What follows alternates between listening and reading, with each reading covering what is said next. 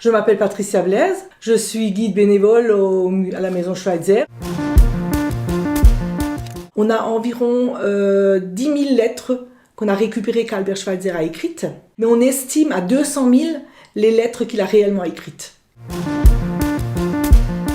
On découvre tout Schweitzer à travers ses lettres. On retrouve ses états d'âme, ses colères, tout simplement le descriptif d'une journée. Par ailleurs, on peut aussi dire qu'il a des mots très poétiques dans ses lettres.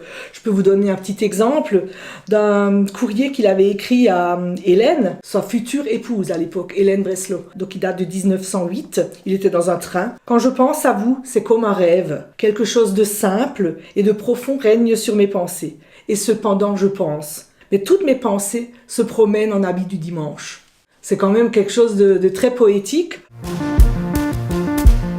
On peut aussi trouver ce que moi je peux appeler des coups de gueule. Il était à Barcelone le 25 octobre 1908 et il écrit à ce moment-là « Dans la rue, on appelait à se rendre à la corrida, la grande corrida du roi et de la reine.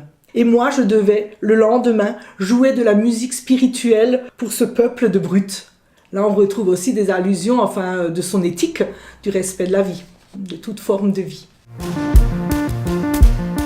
Après, on peut retrouver aussi des réflexions du moment. Il y en a une qui m'a marqué un peu plus que d'autres. C'était juste donc, le 3 décembre 1911, donc c'est aussi quand il préparait déjà son départ pour l'Afrique. « Je regarde la nuit qui est tombée et célèbre en silence le premier avant. Je suis profondément ému à la pensée que le prochain premier avant, nous le célébrerons parmi des gens d'un autre pays, sous les palmiers et les étoiles des constellations du Sud. Et tous deux, nous aurons alors, en nous, la nostalgie d'un grand ciel hivernal du Nord. Nous aurons le mal du pays, mais nous serons heureux néanmoins.